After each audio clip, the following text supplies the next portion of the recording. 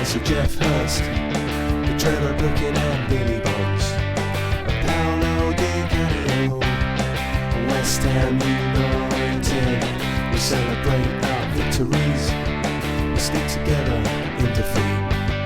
I'm proud of our history, West Ham United, more than just a podcast,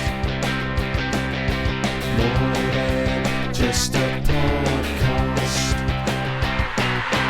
Good evening, good morning, or good afternoon. This is more than just a podcast. I'm going to have to say podcast myself because I'm the only one here, except for our special guest. Nigel will be joining us. He's caught on the motorway. But I'd like to welcome to More Than Just a Podcast, Paul Colbourne, founder of Hamnmers United. Good evening, good morning, or good afternoon, Paul. Yeah, hi, Sean. Thanks for having me on. Let's start. I'm sure most people know you as Bubbles or Paul Colbourne. You've got a lot of press after the famous game in Burnley, so I don't want to cover too much of what's known about you. I'd like to start with what's not known about you, which is how did you become a West Ham fan? What's your history with West Ham and how long have you been going? Okay, well, I probably started supporting West Ham. I'm a glory hunter in '64, which when I was 8 years old. But actually, the reason, goodness knows what was going on. But my dad's best mate, he owed a lot of money to someone, and he put everything he had on West Ham to win the cup final. What year was I get this? the impression, my dad's best friend. Yeah, but what year? And 64. 64, right? Okay, yeah. I get the impression, especially now I'm old and look back on it, that if West Ham hadn't won the cup, this guy may well have ended up in the canal. I don't know, but my dad really wanted West Ham to win bad, and my dad was an Arsenal supporter. Oh right. Were And you then he were you bought. North London born or you? No, yeah, I'm from a North London overspill town. Moved out of born by Arsenal's ground in Barnesbury, and we moved out when I was 6 months old to Hatfield. But then my dad brought home the Evening Standard colour supplement, and in them days, you didn't have colour newspapers. It was a special thing for the cup final. Of course, West Ham, claret and blue, much brighter colours. So arguably I supported them because of the colours. My problem was my dad wouldn't let me go on my own. He said, they'll kill you up there. It's much too rough. I wasn't allowed to go on my own until I was 13. So I was a bit of a late starter compared to a lot of my mates who I made along the way who went there with their schoolmates. And my first game, it was late. It was 1968. We played Forest at home, or Nottingham Forest. We won 3-0. It was Good Friday.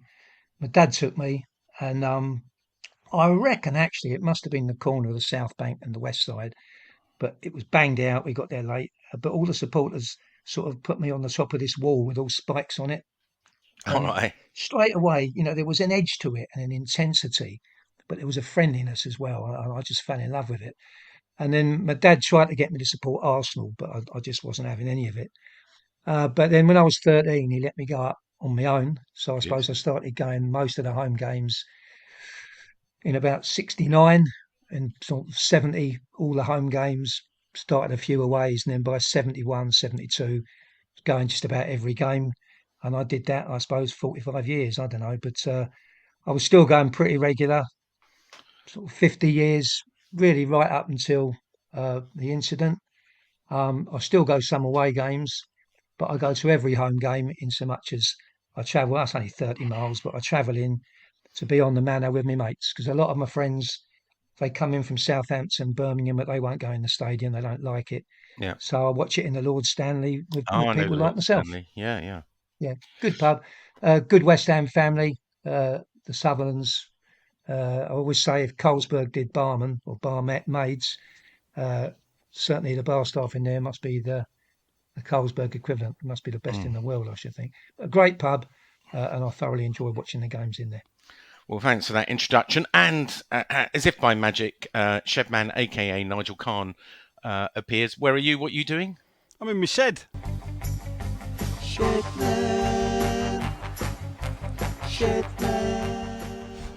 So keep you up to date, Nigel. Paul's just been telling us how he became a West Ham fan, despite being born into an Arsenal family in North London. One thing I've always wanted to ask you, Paul, because people have told me this, and I don't know if it's true. We used to go down to the Victoria Tavern after a game, and they used to sell a CD with Yep, songs on it by someone called yep, Bubbles. Someone told me that's yep. you. Is that you? That, that is me. Yeah. There you go. So is that? Did you ever publish that? I know they used to sell like a CD for a fiver.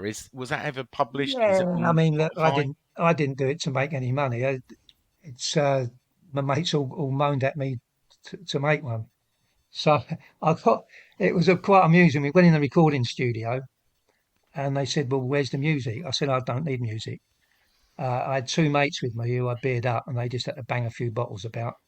And I did the whole thing start to finish without a break. And looking back on it, there's a couple of songs that are really pretty rubbish the way I did them. That was it as it was. I just walked in the recording studio, just did it straight away, 40 minutes, and that was the end. And then I used to take them up West Ham, uh, flog them for a fiver, which, yeah, I made a, got a, couple of booze ups out of it, but that was all. But we were playing, it was Arsenal, I think, at home, and I managed to leave the carrier bag with the whole lot of them under my seat, Mm. and couldn't get down the Lord Stanley quick enough, and then I had to come back Have as you soon as I loaded could. them But I onto did. Spotify now? Is it something you've? No, I don't do all that shit, Sean. I can't cope Yeah, with all that I've got a confession to make, technology. Paul. A long Yeah. time ago, I uploaded them onto YouTube. I didn't know you at the time. I didn't even know Oh, you recorded them, but I uploaded them to YouTube. They've had hundreds of thousands of views over the years. well, listen, that was a long while ago, and a lot of them probably aren't very politically correct. But, That's the well, way it was they're then. not. But you know what? It's part of our history. So I'm really glad Yeah. you cleared that up. You are. The Bobby the Moore's Bobby the Moore king. song, the He's Bobby he's Moore song. yeah. Yeah, I made that up myself, and apparently it was David Gold's favourite song, and I'm very very proud of that song. I, the Yeah, one my favourite though is the wartime one. yeah. The The Tommy. Well, obviously that's a yeah, yeah, bit of a. It's a Liverpool song really. Yeah. right. Uh, but So how did yeah. the musical bit So, come around? Is it just songs that? Did you always, I don't know, do music at school? Were you a singer? yeah, What? I've always listen. I've always loved to sing song. Yeah. Always. Um, and in my day, I mean, see another little story. When I lived with my parents, I used to go up West Now. I didn't miss opening time in a bowling for about 10 years, 10 on a Saturday. And then, yeah, as you get older, you graduate. I went to the Prince of Wales and then on from there. But I found out about 5 years later when my mates used to ring up and she used to say he's gone bowling. But I never knew that because the message was I'll be in the bowling at 10:30. But we used to sing like the kids do today. I'd be standing on the table in the bowling, giving it all. And we used to, when we finished our beer, really bad behaviour when you look back. You just you chuck the empty in the fireplace there. But we did used to finish it. We didn't used to chuck beer up in the air. And to my shame, I think me and my mate started it, and it makes me cringe, quite frankly. When we got drunk and there was a disco on, we would cross our arms like the crossed hammers, Yeah. and that was 100 years ago, mate. So I think we were the first, and it makes me cringe actually Well, doing it Nigel nowadays. don't like the cross dammers. He Nor calls do us I. No, mockneys when we nor do do it. I. But that could well be down to me and my mates. But You need to yeah, I've improve always on it been the as well, singer. Paul. I do. Yeah, I was always a singer, not a fighter, Yeah. without a doubt. So I assume up to 2018, the Burnley incident, you were a season ticket holder. I think Bobby Moore lower, was it? Yeah, listen, on and off. I mean, as you know, back in the day, you didn't have to have a season No, no. ticket. I was a South Bank The only boy. season tickets were Never had a sort of South. Yeah. yeah, the only season tickets would be up in the back middle either side. And sadly, because of what happened, I'd gone from the North Bank to the Yeah. South Bank to the West side to the chicken run. Right. And Yeah. my final chapters should have been with my camel coloured overcoat, combi overcoat in the upper chicken run. But of Yeah. course that wasn't to be. We moved grounds, and of course then I had one incident. I got banned, which I'm not ashamed of at all. Well, I was going to ask you about that because obviously Burnley 2018, very famously, is what you're known for. You took the corner flag, put it in the middle, had a word with Ginge. That's the first question. Do you regret it? Not at all. Listen, younger viewers or listeners might not understand. I think it might have been 2012, West Ham's owners behaved possibly not unsimilarly to what they're doing at the moment. And they introduced a thing called the bond scheme. Yeah. Basically, you had to pay £500, £750 or £1,000 just to have the privilege of them buying a season ticket. And that's a long while ago. So it's probably like, without working it out, £1,000, 1,500, £2,000 now. And the West Ham fans just weren't having it. And basically, there were all sorts of protests. And in the end, West Ham sold round about 1,000 out of the 19,000 bond bond debenture, whatever they call them things, and it was defeated. Now, what happened on that protest, quite a iconic moment, was a supporter nicked the corner flag Hmm. and he stuck it in the centre spot and sat down, and that was an iconic moment for West Ham fans, and we won that fight. What I was trying to do was reenact that, but unfortunately, or perhaps fortunately for me, the corner flags nowadays are plastic. Yeah. Actually, in hindsight, that's probably quite good for me, because if it'd been metal with a spike on it, I'd probably still be in the scrubs now. Yeah. But as it was plastic, of course, I couldn't get it in the centre spot, so I sort of raised it high. Yeah. So, frankly, it was a peaceful protest. You could have called it maybe a political protest, but it was a reenactment of what had happened years before when the West Ham fans Yeah, I stood tall remember. and won. Slightly Which, of course, ironic is what now they. that bonds now sell for £10,000, but that's because with all the Well, benefits that's they by come the with it by. now. But that's another Yeah, story. yeah. What's your band status at the moment now, Paul? Is it a Okay, so band for life, or is it for 10 yeah, years? What? let me stress first of all, until there are improvements made in the stadium, I don't like the place. Okay. Uh, I don't want to go when West Ham are playing Liverpool in the West Ham section and be surrounded by Liverpool supporters, Fair because that's point. the reality. Yeah. So I'm not bothered. But, and let's be frank, guys, now it's not a police ban. If I went in there and got seen and thrown out, I'm not going to get charged or fined. I Yeah. just get asked to leave. Okay. And I'm not Bill Gardner. I'm not 10 foot tall. I could go in there in a 60,000 crowd Yeah, of and not course you get could. noticed. But I don't want to. However, the club now, and there's no need to take this stance, won't meet me, or certainly at director level, they Yeah. won't meet me. Now, it's a stadium ban. There's nothing stopping them meeting me on Zoom, which is how meetings are held nowadays. Now, that's not an issue because, frankly, my one of the clever things I've done is I've surrounded myself with very clever people. So both my joint secretaries, Andy Payne and Tross, they do the meetings and they can work to a much higher level than I can. But there was one not too long back, and I thought I would have been the best person to do that. And of course, West Ham refusing to meet me, uh, I felt sort of didn't do Hammers United any favours. So our solicitor wrote to them and asked if they'd consider lifting the ban. And my ban is absolutely no way they're ever going to let me in. My ban is indefinite. But the irony is that often a lot of the work is done by me. Hammers United do a lot of casework. People don't realise this. We help people with relocations, ticketing, Yeah. mascots, you name it. But one of the things we help people with is stadium bans. And we've got plenty, through me often, we've got plenty of people's bans reduced. But my status is it's indefinite. They're never going to let me in. Does that include And away, or is it just home? no, they won't sell me a ticket. I mean, and frankly, I didn't go as many aways as I'd like last year. Every time I booked up, I book up on the Hornchurch coach. And I don't know the dates so much now because you never know what day the bloody match is, do you? So I said, right, Shawsy, can I go to Wolves? Yeah, all done. What's the date? 10 minutes later, sorry, mate, I can't go. Wedding anniversary. Then something else happens. I only went about 7 or 8 away games last year, but to my credit, I mean, I went to Prague and I went to Germany, and 2 or 3 people offered me a ticket, and I turned them down because I Yeah. don't believe that, I'm not a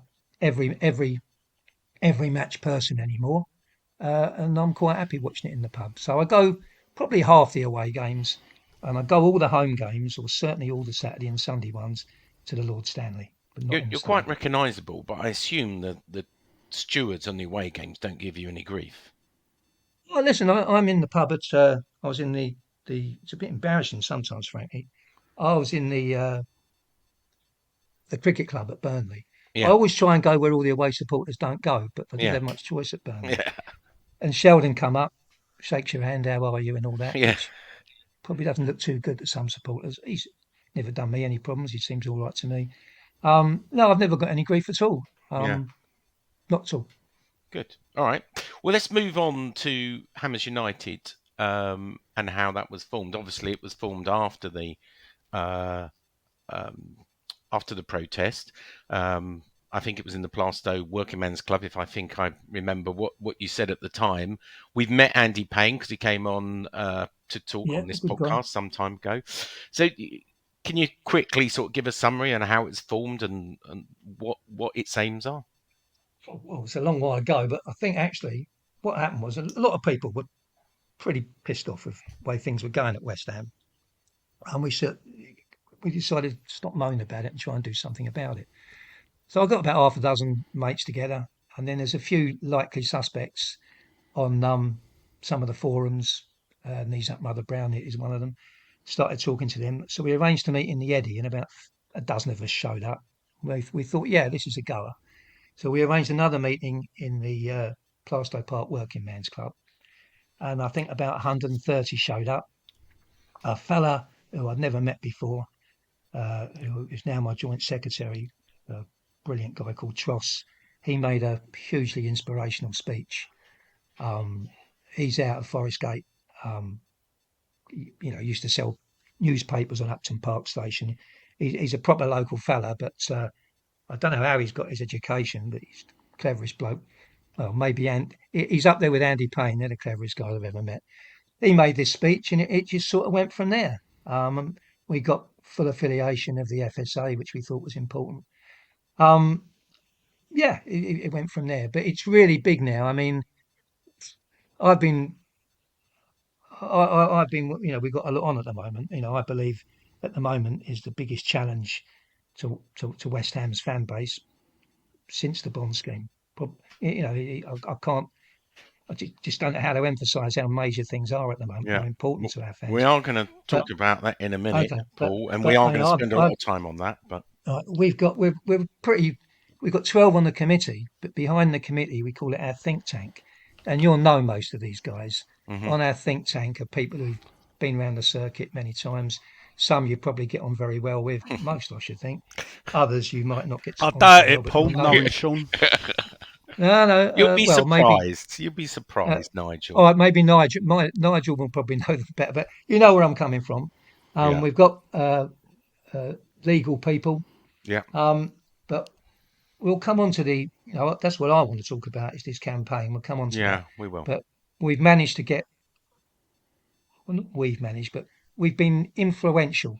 We've played more than a big part in getting just about all the fan base together on this. Yeah. So let's just move on a little bit from Hammers United to joining the ISC. I know we've invited Andy Payne on to talk about it because both Nigel and myself being on SAB, Mark 1, Mark 2. You know the score. You know the score. OSB. And I said to Karen Brady at the time when I resigned from the OSB, this is a mouthpiece, this is lip sync. You know, this is a tick in the box. And I said to Andy at the time, my concern is the IC won't be really independent and it will just be another, nodding. I know I used the word disbanded and I got told off, but the club won't. The club won't recognise it anymore. Is what I was told. Well, come on to that, Sean. They met the ISC, I think, yesterday. Yeah. But anyway, let's not split hairs on that. Yeah. So I've been very critical of the ISC. Yeah. So tell me about the ISC and what your views on the ISC maybe is that question. So the ISC, the MOU was sound. Okay. The MOU was written by a guy we all know predominantly, and it was sound. The problem you had is two hurdles on the ISC. We'll take them one at a time. The first hurdle is getting a decent working fan side of it. Yeah. And the second side is to get the club to engage meaningfully. Yeah. I've been very critical and I'll be critical again. The fan side was a disgrace.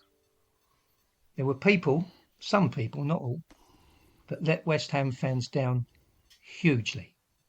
Okay? And I'm very happy, if you want to know why they resigned or whatever, to tell the truth, because some of them aren't. Okay? I think we should have it out. I'm aware that any old irons and right. So any old irons, I'm sure are good people. Yeah. Don't doubt that. I know Don. So Yeah, well, we'll talk about Don. yeah. So any old ones, I'm sure, are very good people. Yeah. There is a niche for them, and they do good work.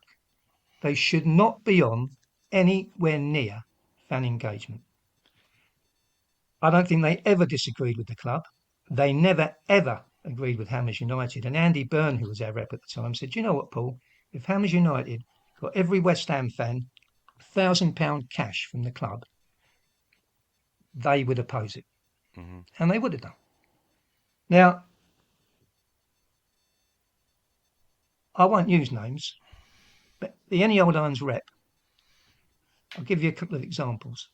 When there was a subcommittee met the club to discuss the European home prices. Yeah. Now, any subcommittee has to report back to a full committee. Everyone knows that. Next thing we know, we weren't on that one, there's an announcement that in agreement with the ISC, these are the euro prices. We said, well, we've not agreed them. Yeah, well, we thought they were all right. Now, on that subcommittee was the bondholders rep, Yeah. who was a disgrace. I know that person The as Any well. Old Irons, the Any Old Irons rep, who was a Yep. disgrace, and the trust rep, who was a disgrace. And they said the prices were all right. It was clear from social media the fans didn't think that. No. Okay. Hamnmers United consulted their members and said the prices aren't all right. The supporters club consulted their members and they said the prices aren't all No, right. I don't think they did. I'm a member of the supporters club, and so is Yeah, Nigel. they said they weren't all right. They said they weren't all right. Well, I don't think we were consulted, Nigel. Were we? No. No. Well, we I've weren't. seen the emails. You were. Well, they left us off then, Paul. But anyway, let's not split hairs on that. Okay, right. So we said, well, how can you agree these prices? And they went on and on and on. Now, this summed up what happened. The trust member, I don't believe, ever really properly reported back to the trust. The Any Old Irons member never reported anything back to Any Old Irons. I heard that, yeah. And I think the bondholders rep just did what he did, because apparently the bondholders are good people. Now, this happened, it's happening all the time. So in the end, the ISC wrote to Any Old Irons, the man purporting to represent West Ham supporters for them. I said, what's going on? You've got to have a mandate. You've got to report back. What's going on? And he said he'd take it to his committee, and he never did. And the next thing we knew, he resigned. And he never even told his committee he'd resigned. I think he just said, oh, we're not going to be on that anymore. When obviously he should go back and say, should we carry on doing this? Now, a new group who I've got a lot of time for, because they do try on behalf of the fans, is Old School Hammers. And they made inquiries to go on the ISC and were told by the club, no, it's all right, we're covered. The older fans are covered. We've got a group that represent the older fans. You couldn't even bloody join Any Old Irons. It was a closed shop, because I know 3 people that tried. And what they were told was you can pay a tenner to go on a waiting list. It's a club construct, isn't it? My understanding they is shouldn't have been on there. Sorry, there were no. So now we come to the chair. Okay. Yeah. He would do business with the club on the phone, so no one knew what was going on and what was said. And then near the end, I was at the meeting. There was a meeting to discuss parts of the new FAB MOU. And we ran out of time. So I'll tell you what, he said, this last bit, I'll draft it up and run it past you. Next thing we knew, he'd sent it to the club. But not only had he sent it to the club without running it past the committee, it was crap. It was unacceptable. So I wrote to him. I said, what's going on? We've made a democratic decision that you consult with the committee. You've not. And you've sent something that's wrong. You better get onto the club and say that's not right. Now, this went to and fro. Next thing he resigned. Now, what I will say, I've been very critical of the ISC. Now, Andy Payne is now the interim chair. And huge credit, and I know he's my mate, but he's, these minutes that haven't come out for the best part of a year were out within a week. And the trust member has been replaced. Any Old Irons aren't on it, the bondholders aren't on it, and now I will credit the ISC, including the trust. They are now, in my opinion, working for the benefit of the supporters. They are unified. they are professional. So that's your first hurdle. I accept, Sean. I accept. So we've achieved the first hurdle. It's of no use whatsoever if the club do not meaningfully engage. Yeah. And there is no doubt that they didn't meaningfully engage on the ISC or the two constructs before. Yeah. Now, another example. It was quite clear in the MOU of the ISC could challenge the club if they weren't engaging.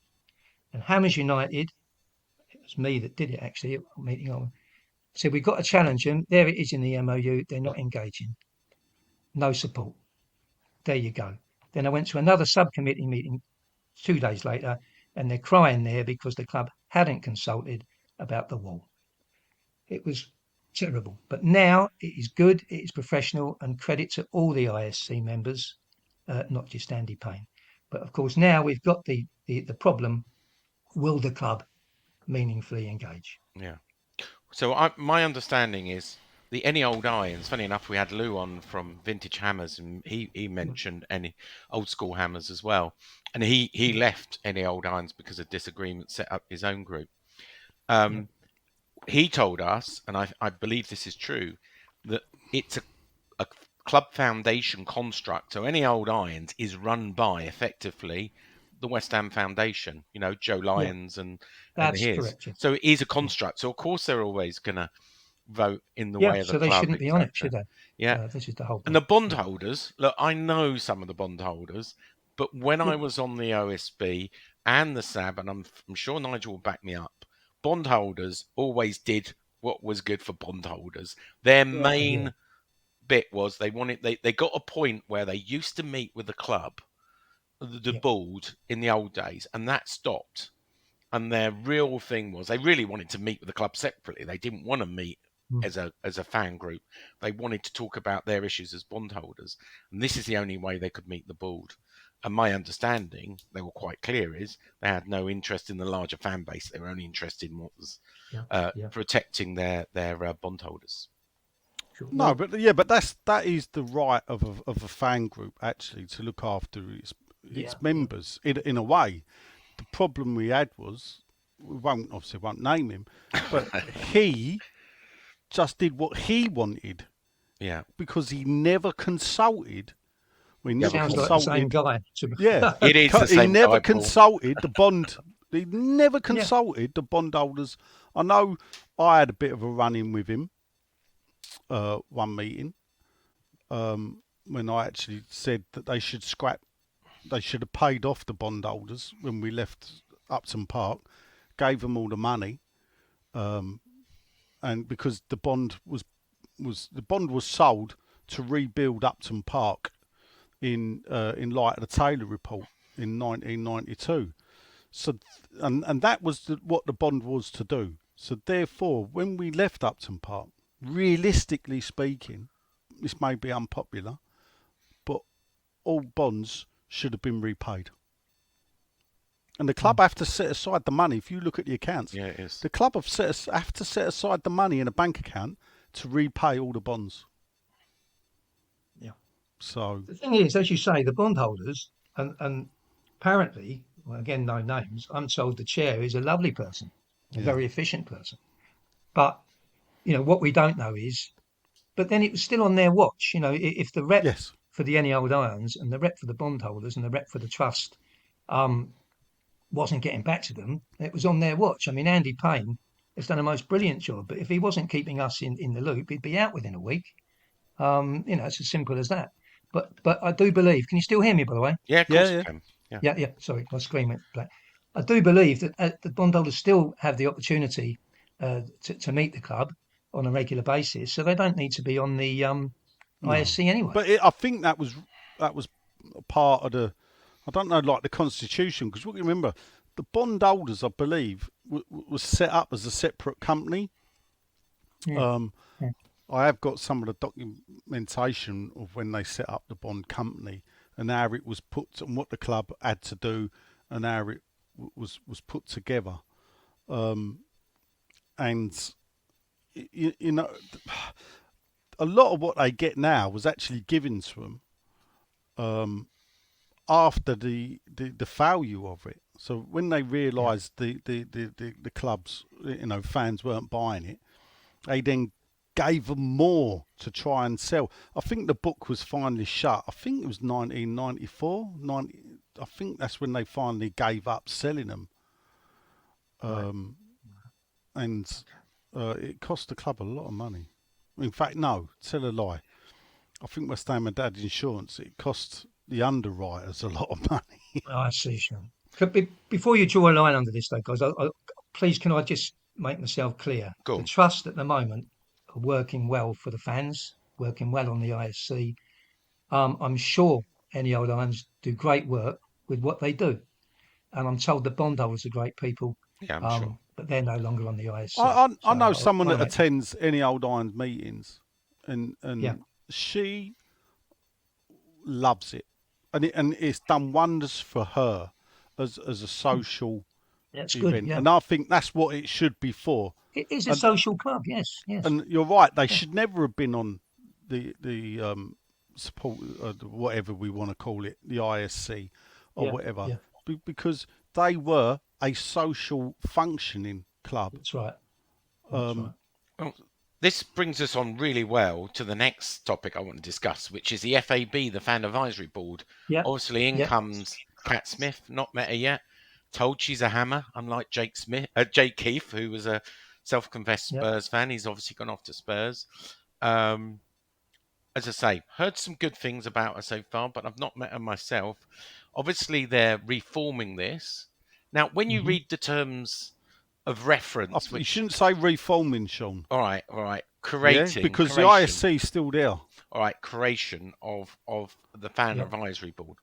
When you read the terms of reference, it reads like it's been constructed, even though they're asking for members, there's one disabled seat, there's one over 65 seat, there Yeah, is yeah. there's 3 general seats. Well, there happens to be Hammers United, the Trust, and the Social Club.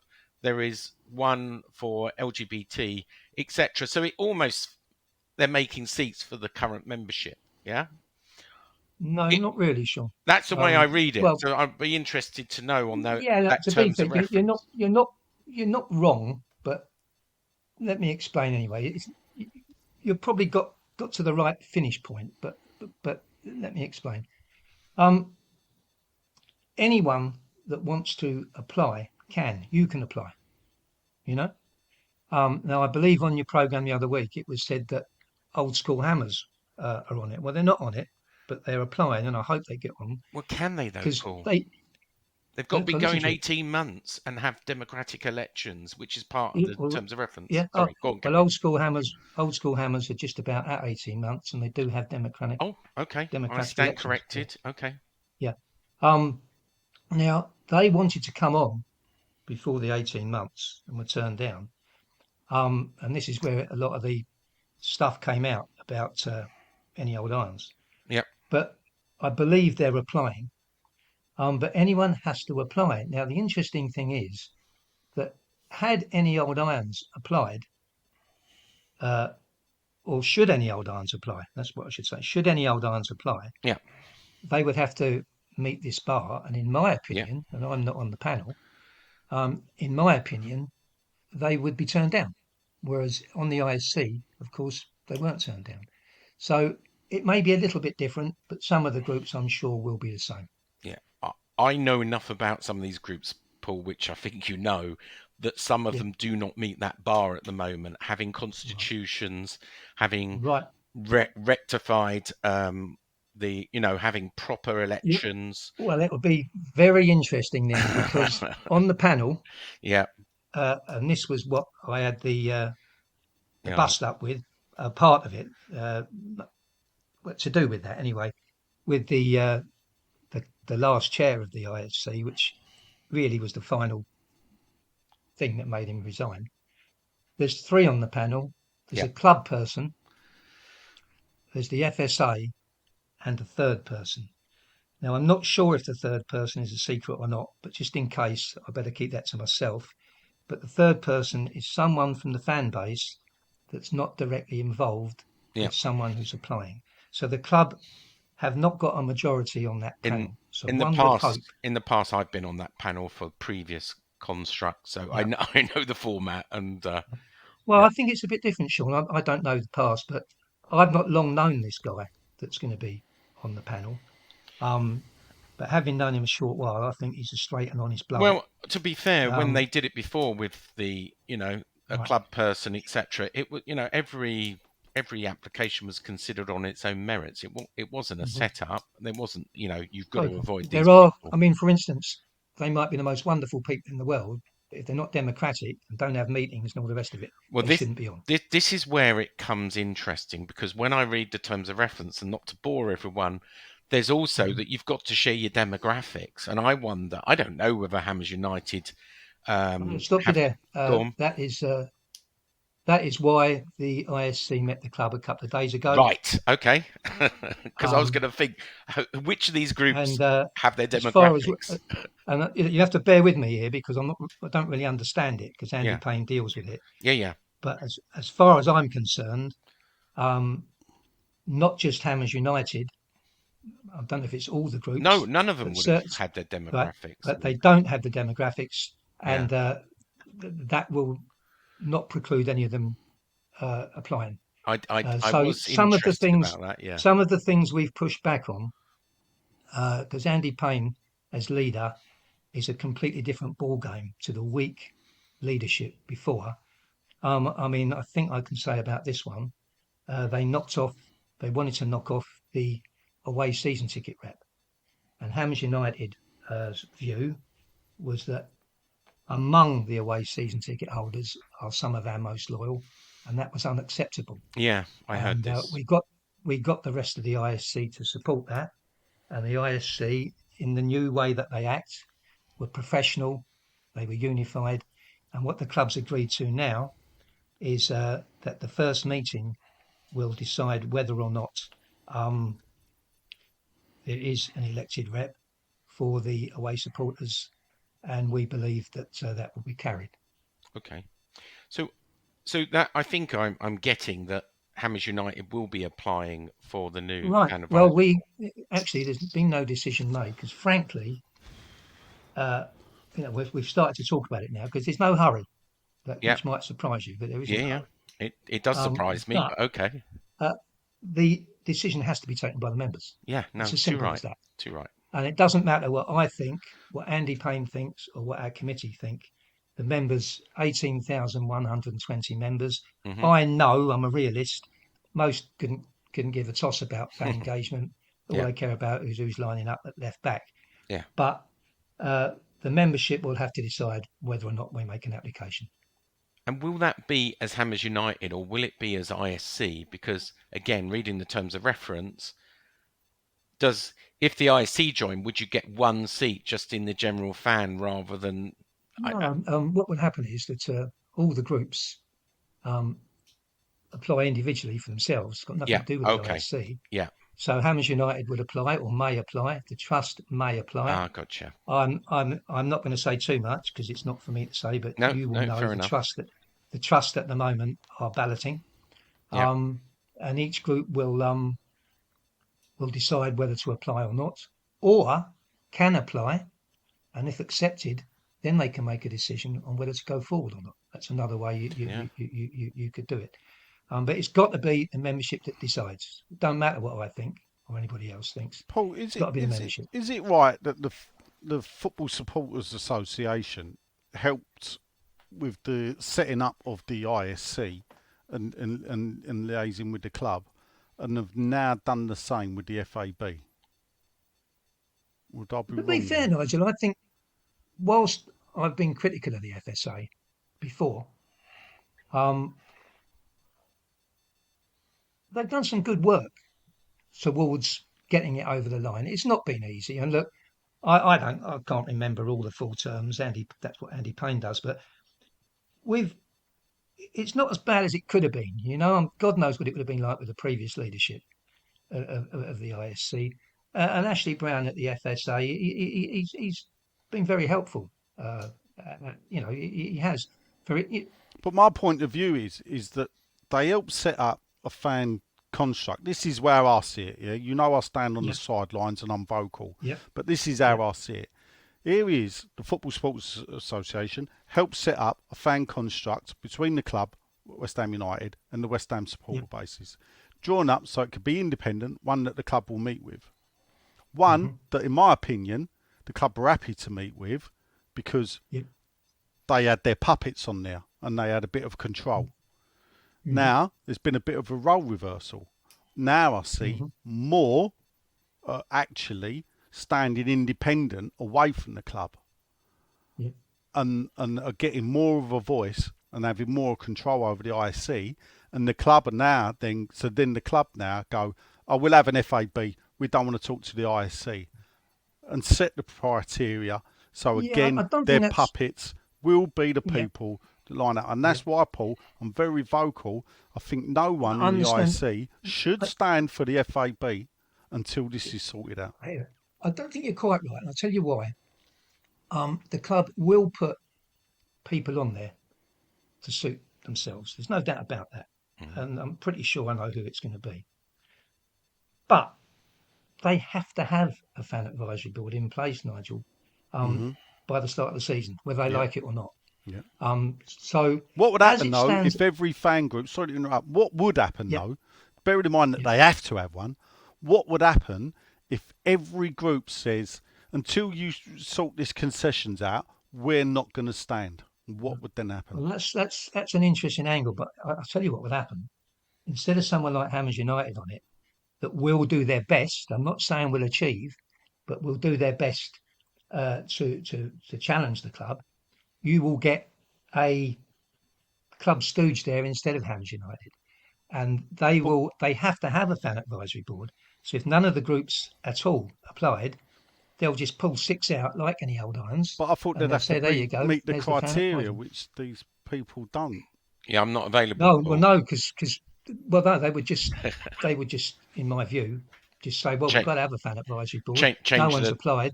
No one's applied, so you can be on it and you can be on it. This is the trouble. No, I agree with you, Paul.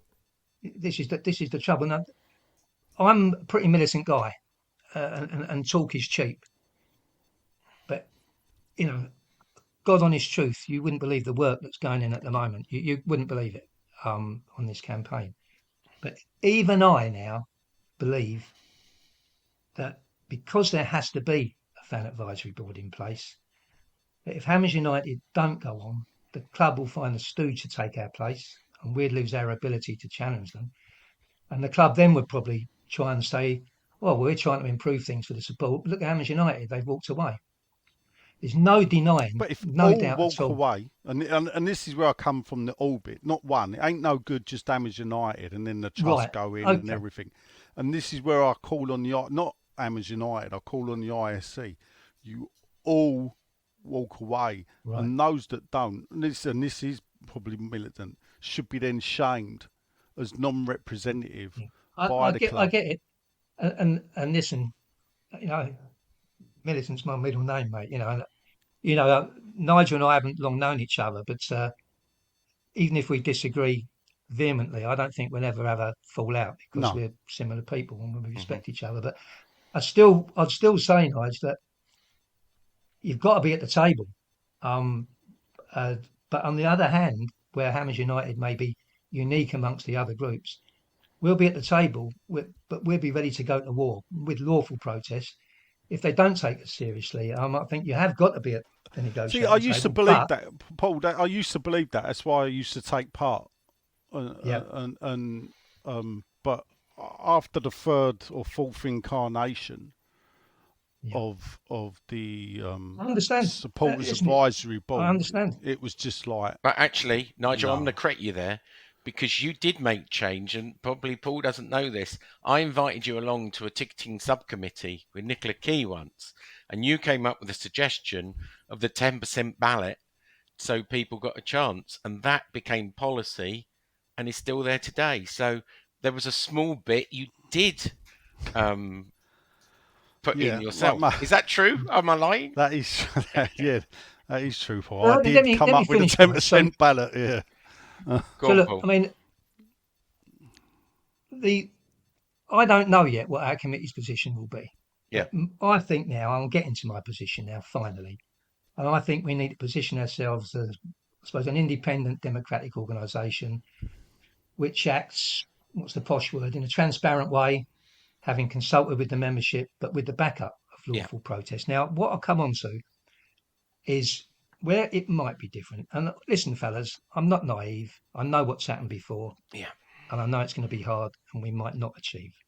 But I was at the FSA AGM on Saturday. That's what I was going to ask you next. So that's a And, great link. Okay. I was proud because Hamnmers United had 5 people there. Yeah. And, it was a Saturday and I was going down to Brighton on a jolly with 2 of my best friends I've ever had in the world that I've been going to West Ham with 50 years and I had to cancel it to go to this. And I will get back to the relevance in a moment. And I was proud because Hamnmers United seconded and spoke on 2 motions. And the one I spoke on, I got a bit miffed actually because it was getting near time and an Arsenal fella jumped the gun, brought Israel, just went up and started speaking on the motion before ours, which meant they cut me short. And it threw me, so you're ready to do your speech and then you're told you've got to shut up. So I wasn't happy and I told the chairman so as well. But Spirit of Shankly moved it, we seconded it. And what it was about, the gist was about ticket prices and concessions. Yeah. Now, the point, and I will get back to the relevance in a moment, and the gist of my speech was, this is a great motion, it's spot on, but it means bugger all if we can't mobilise hundreds of thousands of football fans. If we can't mobilise the fans, it's a waste of time. Then there was, so now I'll get back to your point, I think they call them workshops is the posh word, Yeah. about fan advisory boards. And we had 3 people there. There was Colin Wells, 4 people. Colin Wells, Lee Pearce, myself and Andy Payne from the Hamnmers United Committee. And they're all talking about fan advisory boards. Colin Wells spoke. You know Colin, very clever man. Mm-hmm. Then Andy Payne did so. Then I spoke. And I said, yeah, this is all very well. But when we had an ISC, the MOU was sound. The club took no notice of it. And when we tried to complain, the FSA said, we're sorry, it's nothing to do with us. So it wasn't policed by anybody. Yeah. Now, in theory, and I know practice is different, there will be a regulator, and there's no doubt the regulator will happen. Yep. There will be a regulator looking at this. So I said, look, that's all very well, guys. The regulator has to have teeth. There is no point having some fancy bloody name if it hasn't got teeth and the club continue to do what they want. And apparently, and all 3 of us spoke, 5 yards from us was a guy who works for the regulator or whatever the terminology is. Yeah. So I'm not going to tell you lies. I'm not going to say I'm dead confident that the club are going to change overnight. And if they don't, they're going to get dropped on from a great height. But we have to be optimistic and we have to hope that with a government regulator coming in, that perhaps the club will engage meaningfully. Or be Now, forced to, Paul, because I hope so. The problem I have with the FSA, look, I've met Malcolm Clark. I used to be good friends with Amanda Jacks before she left, and obviously she Amanda's was good as gold, yeah. a West Ham fan. It's a shame she left because they really miss Amanda. She's really good. Yeah. The problem I've got with the FSA is they're funded by the Premier League. Almost all their funding comes from the Premier League. Of course, yeah. And it's hard to be too hard on Premier League clubs because West Ham are a shareholder. When you're money, you can't bite the hand that feeds you. So I make you right. The regulator has got to take on the clubs because the FSA probably won't because they're funded by the people that they're supposed to, be... I'm not sure of their independence, if I'm completely honest. We've got to, people like me and you, people who've got a reach, between us, we've got to lobby. So we get the most effective regulator. Now, Andy Payne, I learn more about this guy every day. He's very well connected. He actually had a one-to-one meeting, one-to-one with Keir Starmer the other day. He's well connected. So it's not much, it's no harm having him on board. But I'm pleased, this has shocked you. I'm pleased the legislation never got through. I'm pleased it never made it through because it wasn't good enough. And under the new government, it's got to be a lot harder is the wrong word. But Paul, do you believe, and this is where which may, I don't know if people surprised or not, I don't believe in this independent regulator will achieve anything. And I'll tell you why, because I look at the independent regulator for the water industry. I look at the independent regulator for the electricity and the utility industries. I look at them. I look at all the quangos, the ones that control the radio and everything. They don't ever achieve anything on behalf of the people they're supposed to protect. The independent regulator, I think, will do wonders for the clubs like the Berries and the Rochdales that get shafted by bad owners and everything. It ain't going to happen in the Premier League. They're not going to come in, and they're not going to be able to tell a privately run company, which West Ham is, how much they can charge and what they can do with concessions. You may be right, Nigel, but we have to give it a go. We have to. Anyway, guys, this is your program, but I think there's only one game. Yeah, well, let's move it on. That's exactly what. Let's talk about the elephant in the room. Obviously, the erosion of concessions. And Paul, before we start, some of us noticed an erosion of concessions last season, but no one really talked about it, and that was slowly we did. Oh right, Hamnmers United did a petition. We made an error. Yeah, we made an error because our petition was twofold. It was about price increases and the 65 going into the 66. I think it was about 4,000 signatures, but not enough. Yeah, you're right. Old school Hammers, to their credit, and you didn't hear a yip from any old irons. Yeah. But you shouldn't. They're a social group. Fair enough. But then they shouldn't be on the ISC. Any old irons did their own petition. And they got quite a few. Nobody else gave a toss. And actually, some guy really called me out on social media. Yeah. And this year he came back and he said, "I owe you an apology, mate." He doesn't know me. Don't know him.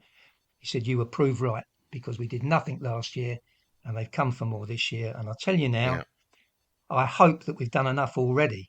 But if we did nothing this year, I don't think we'd have any concessions at all left next year." In my opening remarks at the FSA, I said the truth. I said West Ham have come in with inflation, busting price rises. They're destroying concessions. They're going to destroy our fan base, and it makes them very little money. So why are they doing it? Well, they're doing it because they can, because they see a fan base paralysed with apathy. Yeah. They see a weak fan base, and they're doing it because they can.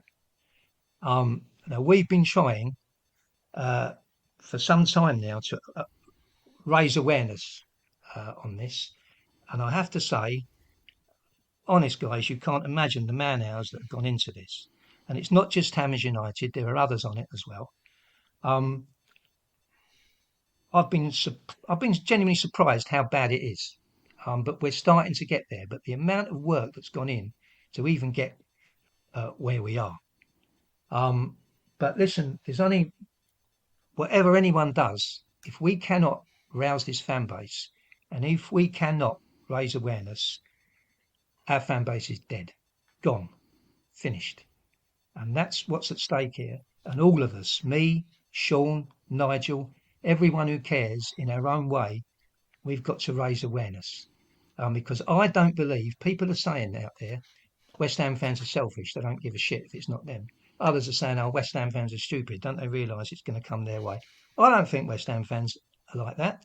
I think better are West Ham fans. I just don't think some of them understand, and I think a lot of others don't know anything about it. So we've got to get the awareness out there. Have to. I mean, a lot, including myself and X and other people, of making sure that petition is widely known. No. It still is just over 12,500, 12,564.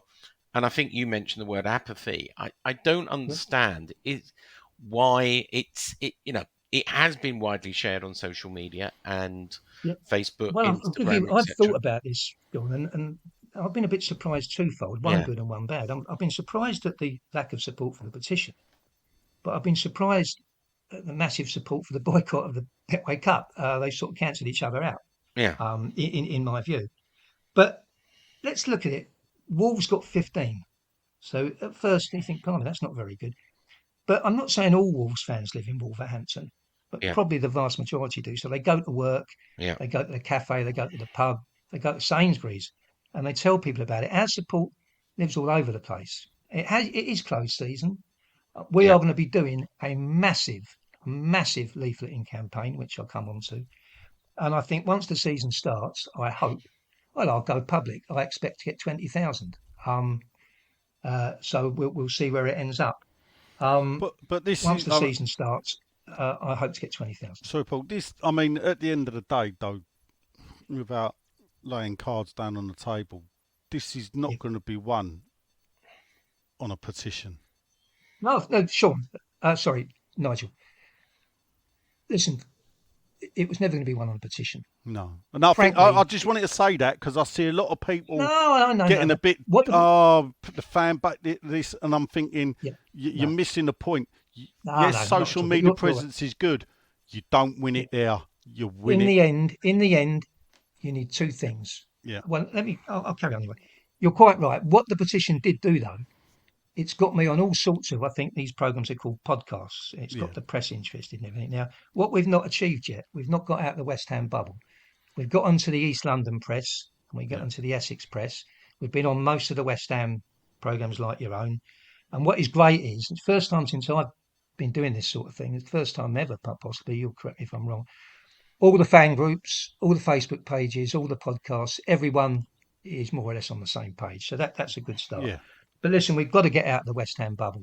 And how do we achieve success? Well, we achieve success not by petitions. We achieve success by bad press and by boots on the ground. That's simple as that, in my view. So we're nearly there now with the national press. We've got 4 MPs on board now. Stephen Timms has already written to Brady and had a reply, and Stephen Timms will be going back. We'll be going public on that when the time's right. There's all sorts of stuff going on. We will be stepping up next week or so the boycott on the Betway Cup and on Betway. Leaflets, we'll be putting out 20,000 leaflets. They will all have a QR code to the petition. But at the end of the day, it's going to be the press and boots on the ground. So when you have a big march, or whatever you want to call it, I do remember Claret and Hugh. I think it was your oppo, Sean, not you, but someone said there was 250 old bald men there. Well, Copper told I me never 10,000. said that, but yeah, could have Okay, been well, you're Huey. oppo. Yeah. Yeah. A policeman told me 10,000, but the true, verified, accurate figure was 8,500. Yeah. There was 500 turned back somewhere, but 8,500. I once got Now, we in thought trouble it, with David Sullivan for reporting 8,500, yeah, and he didn't it talk was to me for a 8,500. week. But that's another story. And well, I'll tell you about that in a minute. But Yeah. we would have got 15 next time, and then COVID came. Now, those who say the club weren't bothered about it, we got a phone call from a solicitor, and Mr. Sullivan had contacted the solicitor, and he was bothered about it. And he wanted to know what we could do to avert it. And my reply was, it can't be called off. What you can do is come up with something, and we'll call the next one off. Now, I don't think quite yet we're ready for that.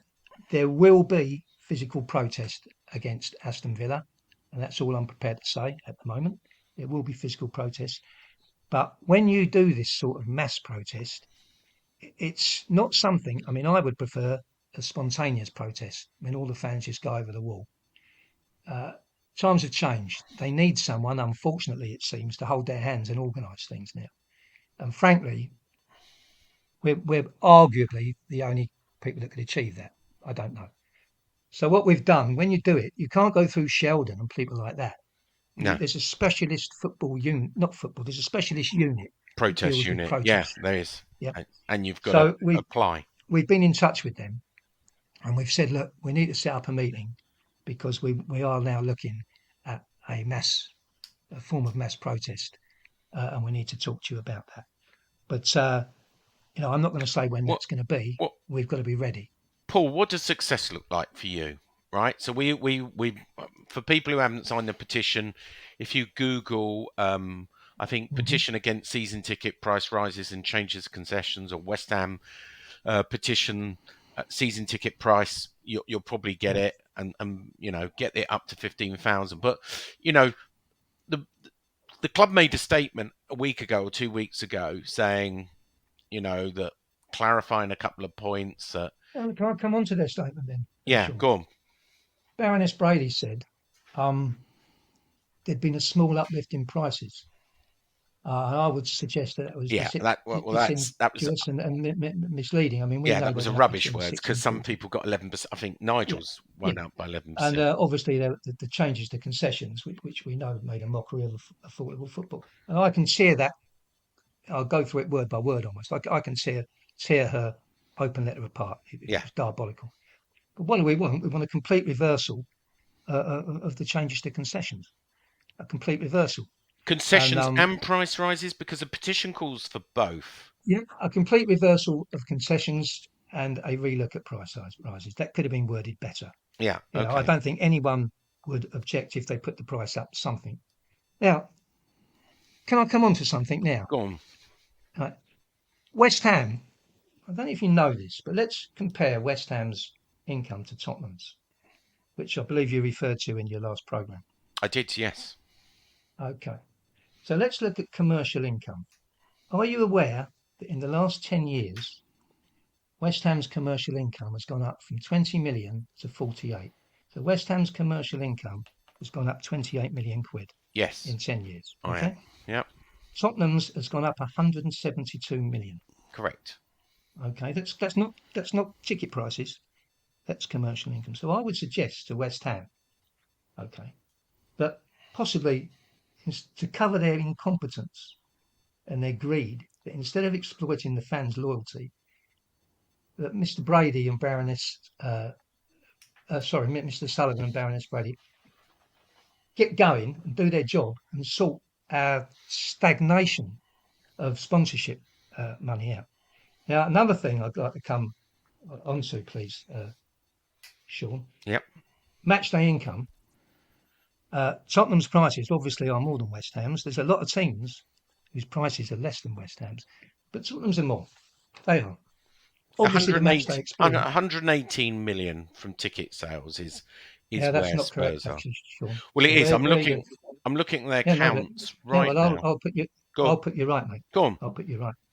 Matchday income at Tottenham is 118 million. Yep. And at West Ham is 41. We agreed Correct. on that? Yeah, we are agreed on that. But what you're not aware of is that matchday income includes hospitality. So it's not that their tickets are 3 times more. Their tickets are more. But in actual fact, a huge chunk of that is the fact that West Ham earn naff all of hospitality and Tottenham earn millions. So there you have I'm it. not sure if that's true. I tell you why. I am. I consulted with Kieran Maguire yesterday. I know Kieran. Maybe I'll have to have a chat with him as well. But when you say commercial income, right? The commercial income for West Ham includes all the hospitality, which they make money on the catering as well. So that 40 whatever includes all the hospitality for West Ham. Well, that makes it even worse. Yeah, sponsorship, as you say, and makes it even worse. But hospitality. What we're saying, I mean, let's look at it simply. Yeah. Now, I'm saying that the matchday income, I'm telling you that their prices aren't 3 times as much as West Ham's. Yeah. Their matchday income includes hospitality. But let's look at it another way. It's quite simply, really, Sean. We've seen the diabolical price increases match by match for West Ham.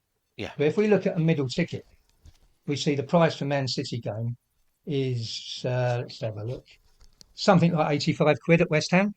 Well, the cheapest for Man City is Band 6, which is, I believe, 55. You can't buy a Band 6, by the way. Yeah. I've looked. No, you can't buy one. But there you go. Fellas, let's go halfway. Yeah. Okay. So a 2's 90, but let's be conservative. Let's say a Band 3 against Man City is 85. I don't know what the prices are at Tottenham, but then if they were 3 times 85, then a middle seat at Tottenham would be 255 quid. I don't believe that.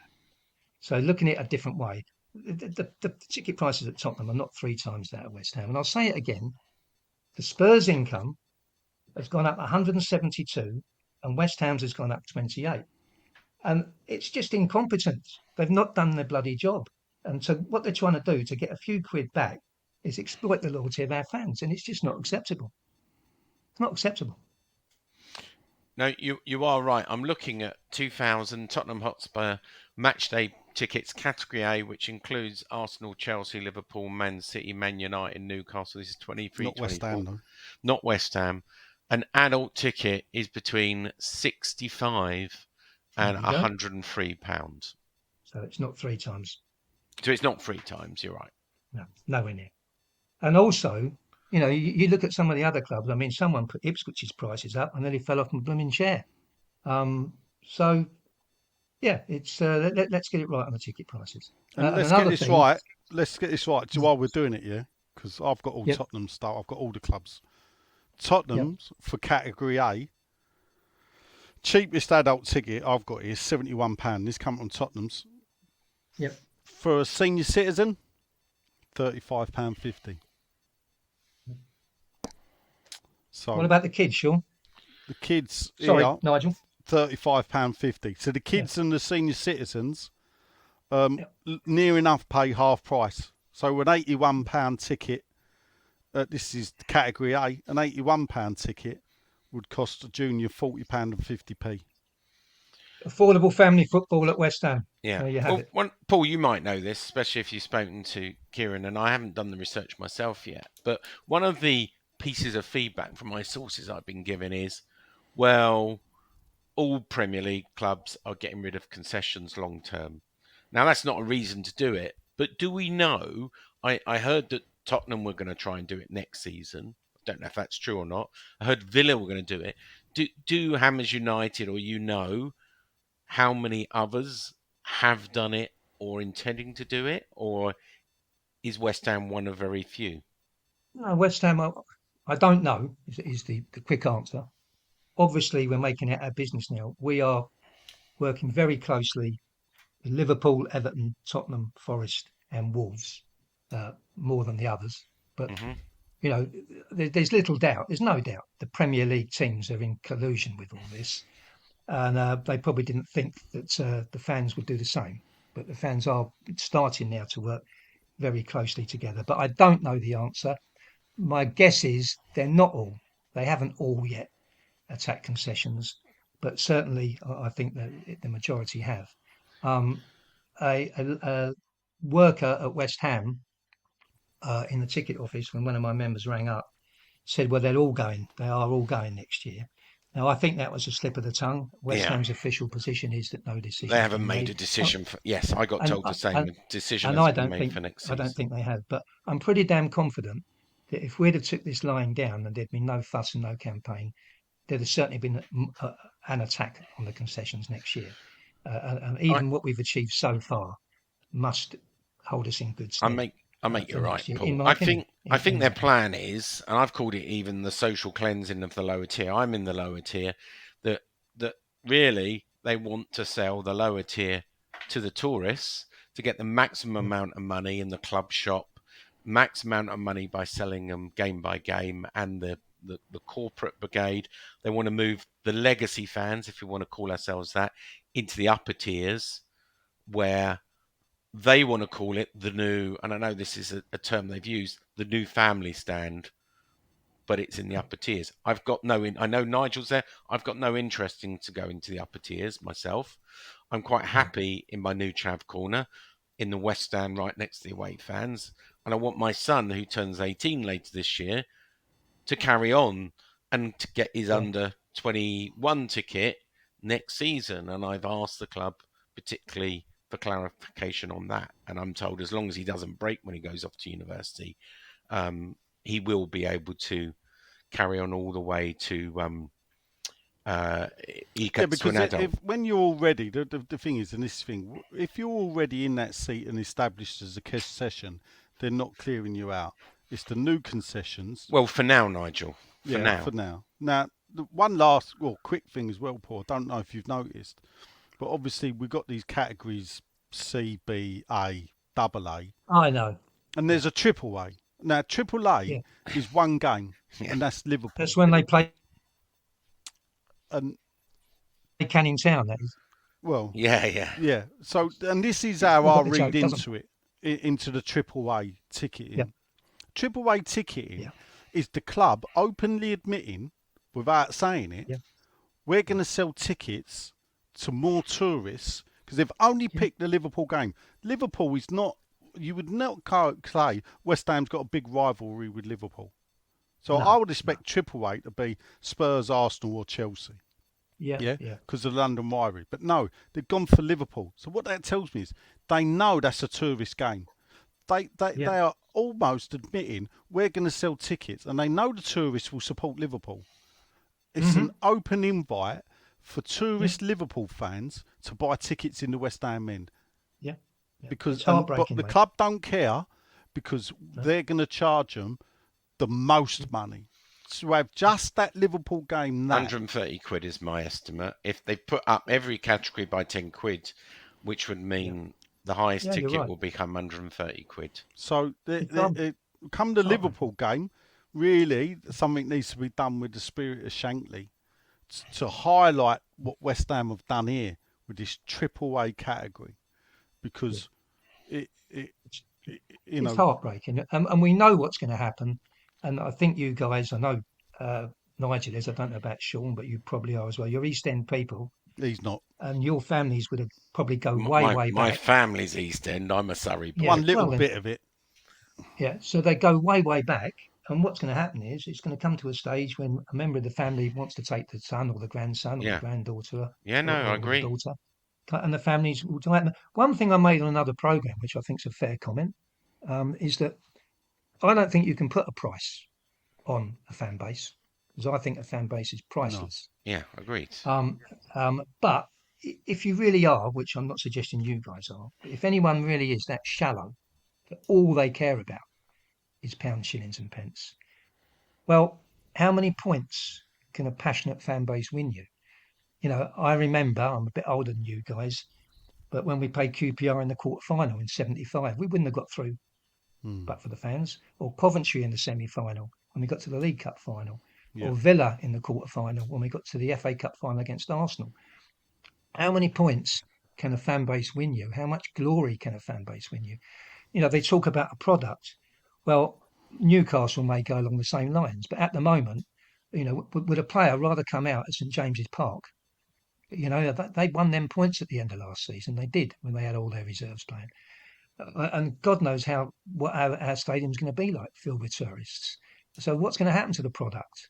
And even if I was wealthy enough to still go to West Ham, my attitude would be I don't want to go no more because it's not what I signed up for. I'm going over there and I'm surrounded by tourists. Yeah. And you can't put a price on a fan base. And that's why the fans have got to get up off their asses and fight this because this is everything. This is everything. It's our soul. It's our heart. You can't put a price on it, fellas. Yeah. No, I mate, you're right. Let me ask you on whether you or Ham's United have a view on Premier League handbook, going back to concessions. It's the 2023 24, so because the new one's not out yet, sets out in the handbook supporter relation rules.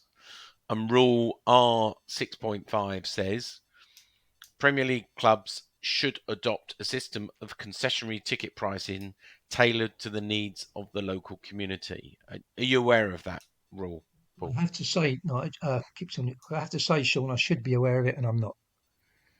But I'd be So, grateful if you'd email me it. yeah, so it So sort here's of the thing, says... Sean. I'll answer this. Yeah, Go I'll on. play devil candidate and Go I'll on. answer this to the club. Yeah.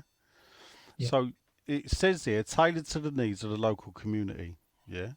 So current West Ham fans, yeah, currently this season, if you've got a concession, you keep the concession.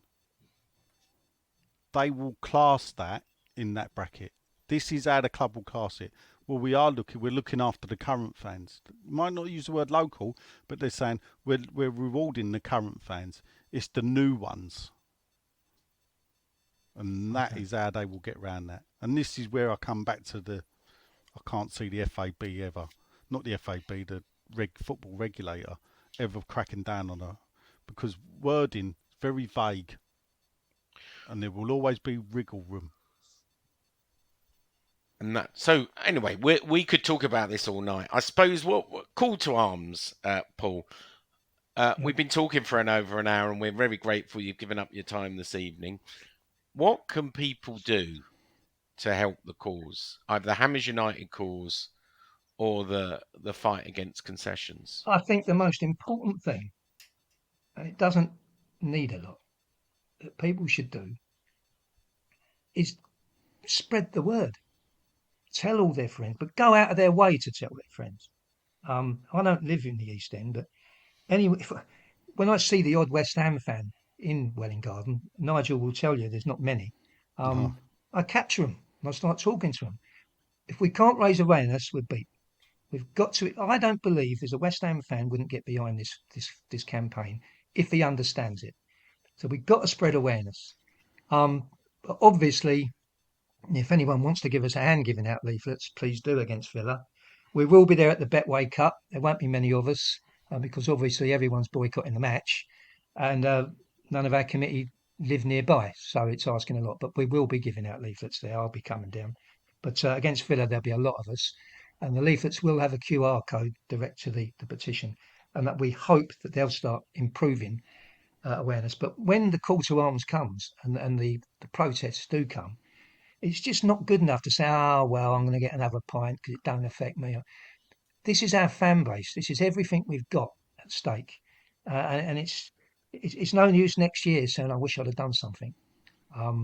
People will say, and I'm the first to acknowledge I did nothing. Okay, when we left Upton Park, I didn't want to leave Upton Park. I did nothing. I couldn't wait to get out of that stadium and get in at Lord Stanley and get as many pints down my neck as I could. It doesn't make it right to say, "Oh well, no one did anything last time. We won't do anything this time."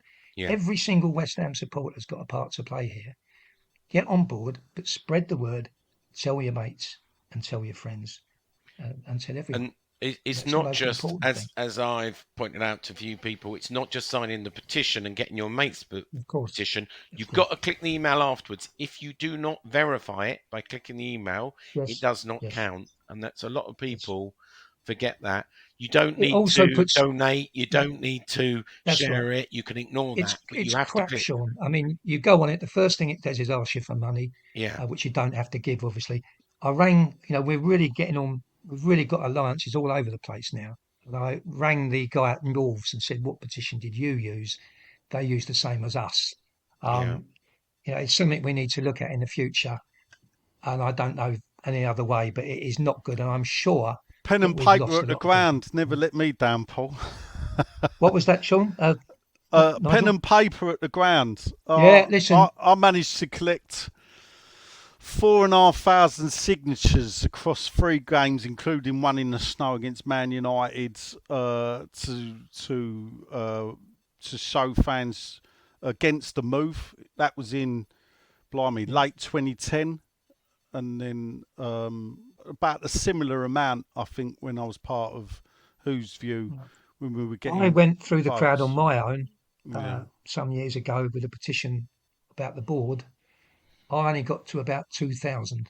yeah. Um, One person, it's difficult, but and I think actually up to the London Stadium actually is easier to leaflet and everything yeah, than Upton well, Park because you just yeah. got 5 bridges. What we're going to That's do as it. well, we're going to have a bit of an angle, which I'm not going to go much Yep. into too much. I've got to keep my cards close to my chest about maybe people donating something to the food banks. I'll leave it at that for the moment. But I Yeah, believe they've got a gazebo, and we're certainly going to be yeah. down there as well. We're Uh, big fans of John, yeah, both well, myself and Nigel. I've not, only known him 5 minutes, but what he was at Yeah, the FSA, and yeah. No, he's he's a a good guy. real nice fella. But the problem we've got, and I get it, I do get it. I mean, when we did our protests in COVID, I went up there against bloody Charlton Athletic in the dark, me and Tross from Welwyn Garden City, to stand outside the entrance with a poxy flag. It's no fun. And I'm no different. I'm retired now, but people work hard all week. The highlight of their week is going over the Hammers with their mates, having a few beers or whatever they like. And when I go leafleting against Villa, I can't go in the Lord Stanley with all my mates. I don't want to do that. I don't want to go leafleting, but I will. And I do understand that people, I don't need all that. I've come to see all my mates. It's very hard. It's very hard. My friend Lee, who's on our committee, he always says beer is our worst enemy. And he's probably got a point there. Yeah. But I'm hoping to get 50 there leaflets in, and that should get rid of several thousand leaflets. How about people who want to join Hammers United? You've talked about how they can help with the thing, and how do people join Hammers United? Do you charge a fee? Do No, you no, have open meetings? it's dead easy, Sean. I mean, when I'm there, I'm in the pub. Quite a few people approach me, and I approach people. But the easiest way, you just come on our website, and there's a form. You well know, Sean, we don't accept anybody. Yeah, We turn down on Facebook a yeah, lot more than we yeah. accept. You did challenge me some time Yeah, ago, didn't yeah, you, Paul? yeah. The membership at the moment is 18,120, Yeah, which isn't bad. it's I not have bad to at all. say it is going up because there's an issue, and I think we do a good job. We're proactive. I mean, at the moment, for example, on the Knees Up Mother Brown site, there was a supporter who'd been treated, in my opinion, very, very badly by the club. Myself, Andy Payne, and a solicitor met him the next day, and through the ISC, Andy Payne will now be approaching the club. You'll note a couple of weeks back, the club were charging people to take their carers. I've got 2 disabled people on my Yeah, committee. They told me about it. I rang Andy Payne. Within the hour, he'd contacted the ISC, yeah, said this isn't on. The club were contacted, Andy Payne contacted. No, what we did, we asked the disabled board people yeah, to do it. yeah. They contacted the club, and the club accepted there'd been a mistake, and the people concerned got refunds. So that shows you, we do our best. As a guy been on to me, I don't think I've succeeded. He claims, and I don't disbelieve him, he was wrongfully arrested in Ghent, and he's looking for some legal advice, which we've got him. I'm not saying we That's always where achieve, Amanda but Jacks we used to do be our so best. brilliant in the She old was days, wasn't brilliant. it? She Yeah, was brilliant. She was yeah, brilliant. I mean, when we did our protest, Amanda was with me in the Glasgow club, yeah, knocking up the banners and that. And when we did, it was that night when Tross and I went in the lonely old night to outside the ground against Charlton. It was Amanda that took our photo. Very nice person, but the person at the FSA that's taken her place does a decent enough job. But Amanda was exceptional, and she was one of us. yeah. Does she work for Liverpool now? I think she does, but I'm not sure. I think you're right. She does. Yeah, Yeah. good person. I No, hope she I is. get pleasure of meeting her again. Anyway. Yeah. Good. Well, I mean, where can people find you? Do you? I don't know if you're on Twitter. I know Hammers United Oh, are you're on looking to get Twitter. me a good idea, Sean. No, of course not. I would tag you in when we we publish this podcast. I usually like to I tag don't want people in. Nigel Khan and all his boys coming after me. Every Saturday and Sunday game. I'm in the Lord Stanley. But having said that, I will be outside the stadium now for every match, Okay. campaigning, because that's my job. Well, there you go. If you see Paul, say hello. But are you a Facebook man? Are you an Instagram man? You a Twitter man? Or you don't do any of those things? Okay, I don't understand Facebook. Sorry, Twitter. I am extensively on Facebook, all over it. That's Yeah. part of my job. Yeah. Good. All right. Well, Paul, let me ask Nigel. Anything we want to ask our special guest this week before we wrap up? No, I think we've about covered. You've not asked me where you send the check to. Oh yeah, your fee. Yeah, your fee. Yeah, I'll email you. I'll tell you, I'll buy you a coffee Thursday Listen, night. he's speechless. I've never known him speechless before. I could buy you a coffee. I've got an eye test in the centre at 4 o'clock. So 5 o'clock, if you want a coffee, I can meet you Thursday. That's very kind, but honestly, I know it sounds like I'm just bigging it up, but we're just so busy at the moment. Yeah, I haven't got a second really. Well, maybe I'll make my second attempt to join Hammers United again. Oh well, okay.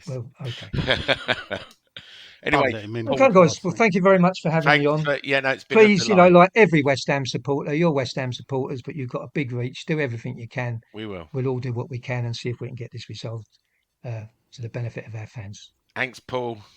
Cheers. Okay, my pleasure. Thanks, guys. Thanks, everybody. Bye. Okay, bye-bye. Bye. Is that it then? More than just a podcast. No news update. For now, one sec. No chances. More than just a podcast. See you later.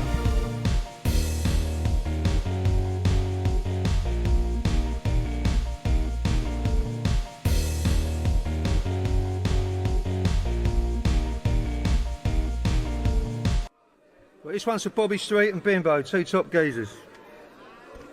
Let me tell you a story of a poor boy sent away, far away from his home, to fight for his king and his country, and also the old folks back home. So they put him in a London battalion, sent away to a far foreign land, where the flies swarm around in their thousands, and there's nothing to see but the sand. And the battle, it started next morning, under a Libyan sun. We remember an East London Tommy, shot to death by an old German gun. And as he lay on the battlefield dying, with the blood rushing out of his head, as he lay on the battlefield dying, oh, these were the last words he said.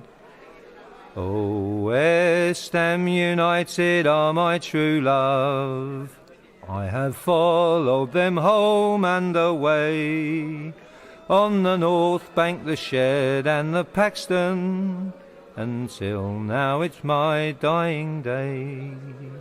May the claret and blue be triumphant, win the league, win the cup, be the best, beat the Arsenal, the Chelsea and the Tottenham, the Scousers, the Manx and the rest. May the North Bank and South Bank keep singing, and the chicken run sway side to side, and the West Side keep those bells a-ringing. And with that the brave Cockney died. May the North Bank and South Bank keep singing, and the chicken run sway side to side, and the West Side keep those bells a-ringing.